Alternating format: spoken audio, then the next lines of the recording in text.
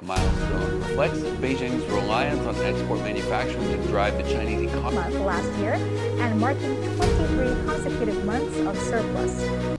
Hello everyone, have you ever bought or have you ever purchased something from abroad? If you have, it means that you are already part of global economy without realizing that you have participated in it. Alright, this time we are gonna talk about the basic concepts of an open economic in Macroeconomics book by Gregori Mankiw chapter 18 especially. So let's get started. Alright, let's move to the first part of this discussion. But before that, I guess you have known about exports and imports. Exports are the goods we sell to other countries. However, imports are the goods we buy from other countries. That's the definition of exports and imports. And for right now, we will talk more specific about it. It is about the net exports. Simply, net exports are the difference between the exports and the imports in a country. If exports are bigger than imports, it is called trade surplus. However, if imports are bigger than exports, it is called trade deficit. For instance, net exports increases when Indonesia sells palm oil to other countries, but the net exports will decrease when Indonesians buy products like smartphones from abroad. And also, a country can have a trade deficit if people from that country buy more foreign goods than domestic goods. For example, the United States often has a trade deficit because it imports a lot of products. For the next section, let us talk about net capital outflow, or we call it NCO. Basically, NCO is a measurement. NCO measures the flow of money for investment between countries. And right now, probably you are wondering how to calculate the NCO. So basically, the NCO has a formula. NCO equals to domestic investment abroad minus foreign investment at home. Domestic investment abroad means that the people of Indonesia invest abroad. However, the foreign investment at home means that the foreigners invest at home. Okay? Alright. The simple explanation is that if people invest more money abroad, NCO of our country increases. Yet, if a foreigner invests more in our country, for sure NCO decreases. For example, NCO increases when an Indonesian buys stocks in Japan. On the other hand, NCO decreases when a foreign company builds a factory in Indonesia. And you have to know, guys, that NCO is important because it shows how money moves between countries, how money moves globally, and also how money affects the economy. Alright, have you understood those things, the net export and the net capital outflow? Because when you come into this part, you have to make sure that you have understood the net export and the net capital outflow.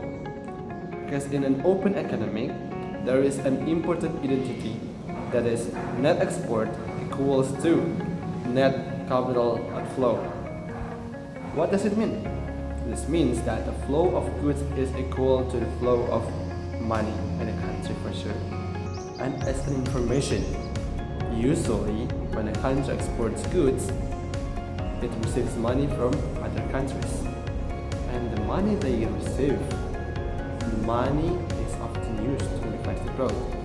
So the goods go out and also the money goes out. It's equal. It is the meaning of net export equals to net capital outflow. And you can see also the diagram here. It shows that the money that we receive from abroad is used to invest abroad. After getting known about those previous things, next let us move to the next part of this discussion.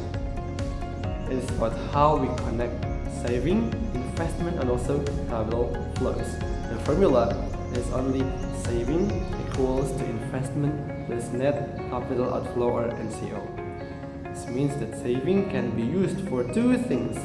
First one, investment inside the country, and for sure, investment abroad to other countries. As I said before, that the investment, that the money we receive can be used also for the other countries, to invest to other countries. And you guys have to know that if saving is more than investment, it means the extra money goes abroad. We invest the money, and Indonesia invests the money to other countries.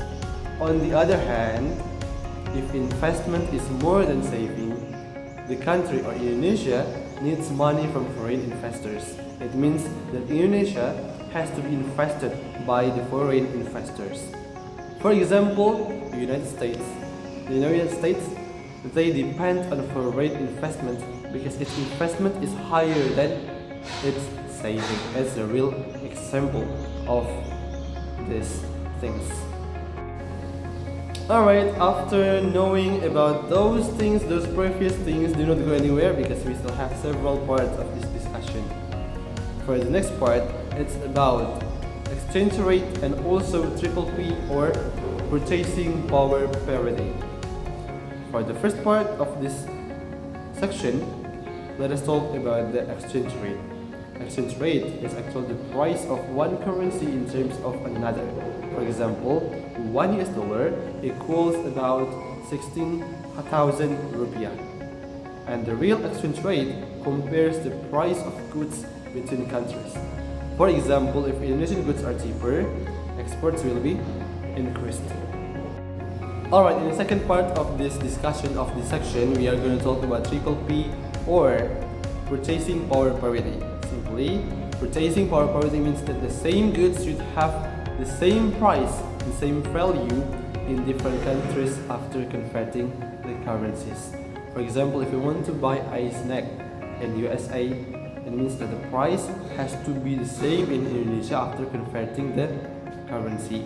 For example, if you want to buy a snack with the price of $1 in America and USA, it means we should buy the snack only for 16,000 rupiah in Indonesia. That's a simple explanation of it. And you guys have to know that triple P or purchasing power parity doesn't always work. Sometimes it works, sometimes it doesn't work. It works because of arbitrage. People will buy goods where they are cheaper and sell them where they are more expensive. However, triple P does not always work because several reasons. The first one is because the transportation cost, the trade barriers, and also non-traded service like haircuts. It means that the triple P doesn't always work. And finally, we are about the last part of this video. It will be about a mini case of a country.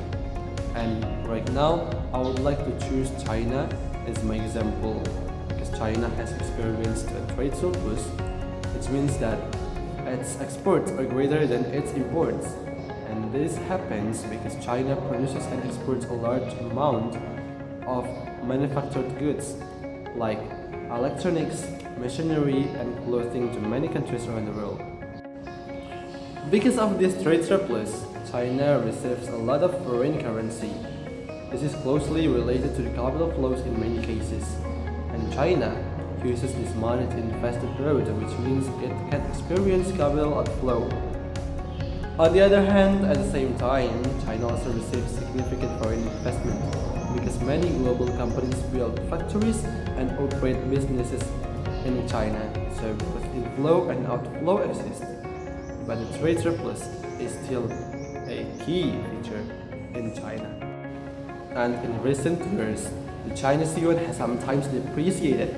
This means that its value decreased compared to other currencies.